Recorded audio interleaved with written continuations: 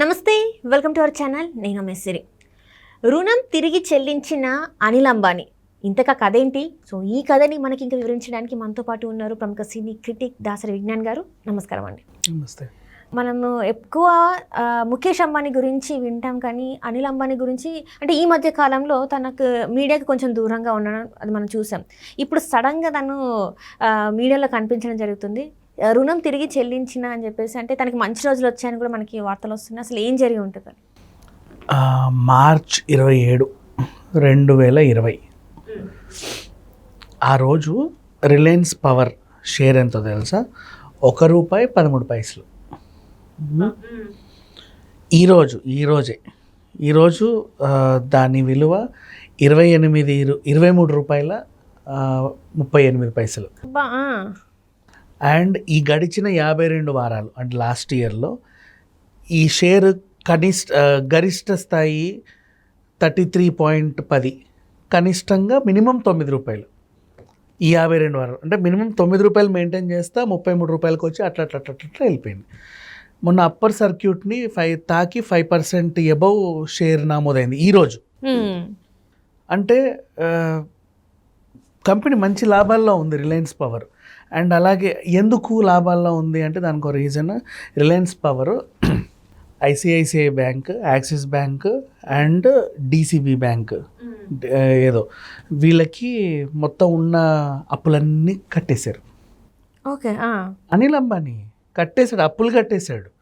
And next ఒక IDBI బ్యాంకుకి మాత్రం వర్కింగ్ క్యాపిటల్ తీసుకున్నారు కదా, ఆ ఒక్క అప్పు మాత్రం మిగిలింది. అది కూడా ఈ ఇయర్ ఎండింగ్ లోపు కట్టేస్తారు. అండ్ నెక్స్ట్ అలాగే ఇంకొక అప్పు మిగిలింది లాస్ట్. సేమ్ వీళ్ళ మాతృ సంస్థ అయిన రిలయన్స్ ఇన్ఫ్రాస్ట్రక్చర్స్ వాళ్ళు ఒక ఫ్లయింగ్ కంపెనీకి కొంచెం 2,100 కోట్ల వరకు కొంచెం బకాయిలు చెల్లించాల్సి ఉండే. నాకు తెలిసి అది కూడా ఈ సంవత్సరం లోపు తీర్చేస్తామని అంత చాలా ధీమా వ్యక్తం చేస్తున్నారు. అండ్ రిలయన్స్ కన్స్ట్రక్షన్స్ది కూడా అది ఎంత ఉండేనంటే వాళ్ళ షేర్ వాల్యూ ₹9.05 ఉండే యాక్చువల్లీ. ఎప్పుడు మార్చ్ 27, 2020 సేమ్ అది ₹13 బ్యాక్, అది ₹13 ఉన్నప్పుడు పవర్ ఇది కూడా ₹9 ఉండే. ఆ ₹9 ఉన్న infrastructure value, Reliance infrastructure value ఈరోజు ₹248 ఉంది. ₹9 ఎక్కడ, 200 ఎక్కడ? ₹250. అసలు ₹10 నుంచి 250, 2500% పెరిగింది.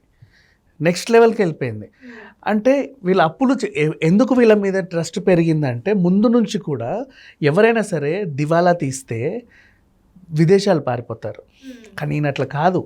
అన్న తమ్ముడు విడిపోయిన తర్వాత ఈడు పడిపోయాడు అని అందరూ చెప్పిన తర్వాత, అన్న ఎదుగుతున్నాడు అని చూసిన తర్వాత, అన్నలా నేను ఎదగాలి అనుకొని టైంకి శాలరీస్ పే చేస్తున్నాడు. డబ్బులున్నా లేకున్నా టైంకి శాలరీలు ఇస్తున్నాడు. టైం ఈఎంఐలు ఏవైనా ఉన్నాయో, అప్పులు ఉన్నాయో ఈ నెలకి కొంత పే చేస్తుంటే వస్తున్నాడు. అట్లా మార్కెట్లో గుడ్ విల్ వచ్చింది. అంటే ఈ ట్రేడ్ పండితులు కూడా ఏమనుకున్నారు, వీడు అప్పులు కడుతున్నాడు, జెండా ఎత్తేట్లా ఇంకా నిలబడ్డానికి ట్రై చేస్తున్నాడు, సో తన్ని ట్రస్ట్ చేద్దాం అని చెప్పేసి ట్రస్ట్ పెరిగితే గుడ్ విల్ పెరుగుతుంది. కంపెనీ మీద ఒక గుడ్ విల్ ఉందంటే షేర్ వాల్యూ ఆటోమేటిక్గా పెరుగుతుంది. నమ్మకం అంతే. ఏదో రోజు ఇక్కడ పెట్టుబడి పెడితే మనమైతే నష్టపోము అనే ఒక ధీమా వాళ్ళకు ఉంది. అండ్ ఈయన కూడా ఏం చేస్తున్నాడు అంటే ఎంటర్టైన్మెంట్ రంగాన్ని బాగా నమ్ముకున్నాడు. చిన్న సినిమాలు, సీరియళ్ళు కూడా నిర్మిస్తున్నారు రిలయన్స్ సంస్థ. సినిమాలు, సీరియళ్ళు కూడా వస్తున్నాయి. మన రియాలిటీ షోలో నిర్మిస్తున్నారు. దాని ద్వారా మంచి టీఆర్పీ రేట్స్ వస్తున్నాయి. మంచి సంబంధాలు కూడా వేరే కంపెనీలతో. అంటే ఇప్పుడు మనం ఏదైనా చేసే స్పాన్సర్షిప్స్ వేరే కంపెనీలే కదా, మిగతా వాళ్ళతో కూడా మంచి సంబంధాలు మెయింటైన్ చేస్తా, వాళ్ళ చేత కూడా షేర్స్ రొటేట్ చేస్తా, ఏదో ఒకటి కష్టపడి. మొన్న ఏ రోజైతే వాళ్ళ అన్నయ్య పెళ్ళిలో అందరూ అరే ఈయన ఏమైపోయాడు, ఇన్ని రోజులకు కనిపించారని చూశారు కదా, ఏమీ అయిపోలే.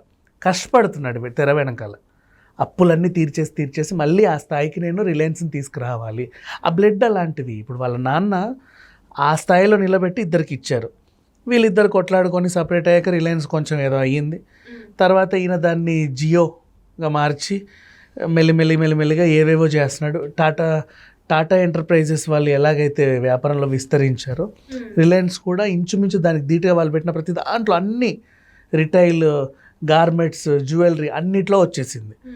వచ్చి నెక్స్ట్ లెవెల్కి వెళ్తా మెట్టు ఎదిగింది. అది బాగుంది. అండ్ ఇంకోటి మీకు అది తెలుసా, బ్రాండ్ ఫ్యాక్టరీ, అవును, అది రిలయన్స్ కొనేసింది. ఫుడ్ బజార్ రిలయన్స్ కొనేసింది. బిగ్ బజార్ రిలయన్స్ కొనేసింది. ఎక్కడ చూడు మీకు ఇప్పుడు అన్ని రిలయన్స్ స్మార్ట్ బజార్లు అయిపోయాయి, ఇప్పుడు అన్ని స్మార్ట్ బజార్లు అయిపోయాయి, మొత్తం కొనేసింది. అండ్ ఎంటర్టైన్మెంట్ రంగమే కాదు, టెలికాం రంగంలోనూ దిగ్గజంగా మొదలైంది. అదేదో ఫ్రీ అని ఇచ్చేసి అందరూ వచ్చిన తర్వాత రేట్లు కట్టించింది. చచ్చినట్టు వాడారు జనాలు అందరూ. సినిమా వైపుగా కూడా జియో సంస్థ మొగ్గు చూపలేదు. ఈయన ఉన్నాడు ఎంటర్టైన్మెంట్లో, ఈయనేమో స్టూడియోలు కూడా కొని పోస్ట్ ప్రొడక్షన్ అవి ఇవి అన్నీ డెవలప్ చేసుకుంటూ ఇంకో రకంగా వెళ్తున్నాడు. మొత్తానికి సాధించాడని చెప్పుకోవచ్చు. అండ్ అనిల్ అంబానీ, ముఖేష్ అంబానీ స్థాయికి ఆల్మోస్ట్ ఇంకా నెక్స్ట్ 2-3 yearsలో చేరుకుంటాడన్నలో అతిశయోక్తి లేదు. అంటే ఇన్ని రోజులు ఆయన అంటే తెర వెనుక ఉన్నారని మీరు చెప్తున్నారు, ఇంత కష్టపడుతున్నారు, ఇంత ఎక్కడ కూడా తను బాధపడిన సందర్భాలు లేరంటారా? ఓన్లీ హార్డ్ వర్క్ని నమ్ముకున్నారంటారా?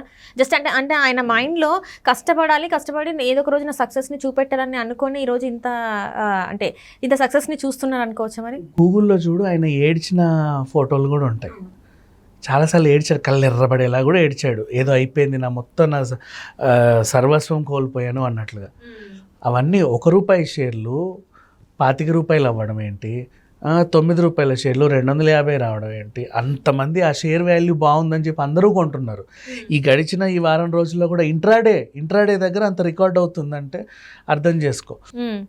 నెక్స్ట్ లెవెల్ అని చెప్పుకోవచ్చు. మొత్తం కూడా ఆయన మొన్న పెళ్ళికి వచ్చిన రోజు చాలామంది ఇట్లాగే సైలెంట్గా ఉన్నాడు. అందరూ ఏమన్నారో తెలుసా, చూడు మొహం చెల్లించుకోలేని పరిస్థితికి వచ్చాడు, ఒకప్పుడు చేసి ఇవి అన్నం చూసి నేర్చుకో, చూడు ఎంత బాగా ఖర్చు పెడుతున్నాడు, రేపటి రోజు నువ్వు కూడా ఈ స్థాయికి రావాలని కోరుకో, అలా అన్నట్టు అన్నీ భరించాడు. మీకు నేను సమాధానం చెప్తా. అసలు ఇప్పుడు కూడా ఈయన చెప్పుకోలే ఈ వార్త. ఇంట్రాడే మధ్యలో రిలయన్స్ ట్రేడ్ అవుతుంటే, ట్రేడ్ పండితులు వార్తలు స్ప్రెడ్ చేస్తుంటే ఇప్పుడు మనకు తెలిసింది. ఆయన తెర వెనకాల ఉండి చాలా చాలా చాలా కష్టపడుతున్నాడు. ప్రతి అప్పు కడుతున్నాడు.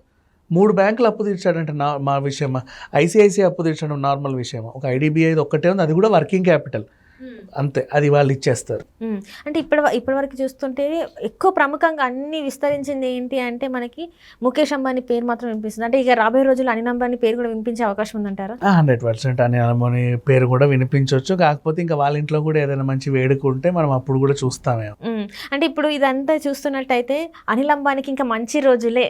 ఇంకా ఇప్పటి నుంచే ఎండింగ్లో నాకు తెలిసి ఈ 2 అప్పులు కూడా తీర్చేశారంటే నెక్స్ట్ ఇయర్ నుంచి ఇక టాప్లో ట్రెండ్ అవుతూ ఉంటాడు. ఎందుకంటే పడడం వేరు, మన కళ్ళ ముందు పడ్డోడు 2-3 ఏళ్లలో లేవడం వేరు.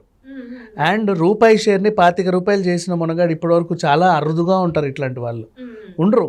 జనరల్గా ₹80 షేర్ 100 అయింది అనుకో, ₹100 ₹113 అయితే అబ్బా అంటారు, అంతేనా? అలాంటిది రూపాయిది 100 అయింది, ₹10 250 అయిందంటే అసలు ఎవరు ఊరుకుంటారు? సో అట్లాంటిది నెక్స్ట్ రానున్న రోజుల్లో ఏమో ₹25 షేరు 25,000 అయినా కూడా ఆశ్చర్యం లేదు. రైట్ అండి, రైట్. థ్యాంక్ యూ అండి. Thank you so much.